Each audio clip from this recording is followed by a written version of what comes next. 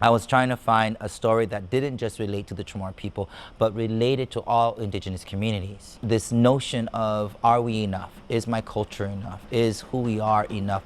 Was something that I wanted to explore, because that's a question we ask ourselves. We all say our culture is dying, we all say it's fragile, but what are we doing about it, and what really does that mean? There was this beautiful exhibit that we wanted to bring to life through music, dance, and song. So I spent a lot of time just kind of inside the exhibit and just kind of understanding the flow and understanding the energy that's kind of there. I didn't just want to retell the story.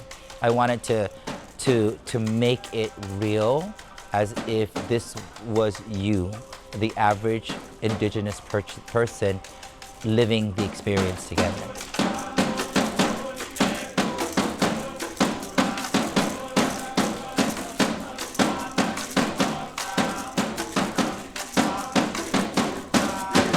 After I've kind of put a basic outline together of the dances and the time periods and just kind of mapped it out in my head, then we brought in like Shannon McManus and John and the creative team, as well as some original dancers of I Hinanåo-ta, and Joyce and CJ from Breaking Waves, and we said, okay, how do we make this work? The bones were set, like maybe 75% of I Hinanåo-ta existed.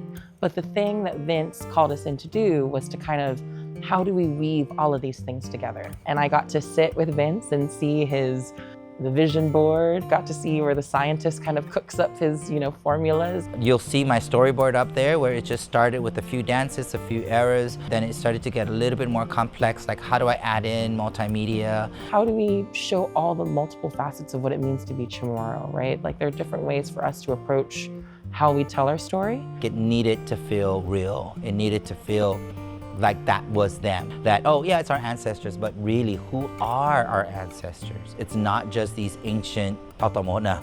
They are our Tautaumona, but they are not the ghostly figures we think or we perceive. They are our guiding lights. What are they? How would they appear? Boy, less than half a day. Salud, half a day? Half a day. Half a day? Half a day.